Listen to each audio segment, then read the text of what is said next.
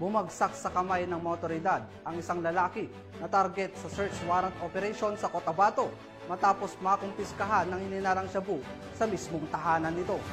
Naritong report mula kay Patrolwoman Jovelyn Dodoso.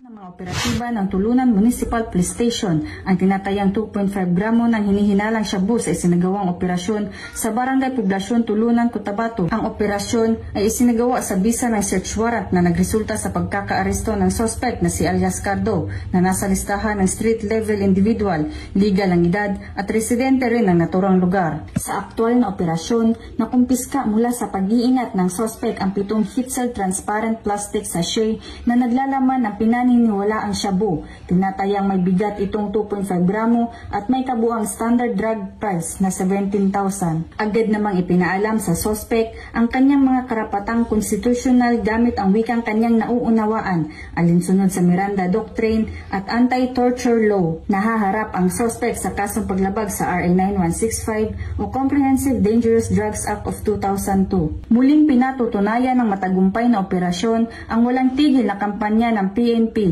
laban sa illegal na droga. Hinihikayat ang publiko na makipagtulungan sa mga otoridad upang tuluyang masugpo ang salot na ito sa lipunan.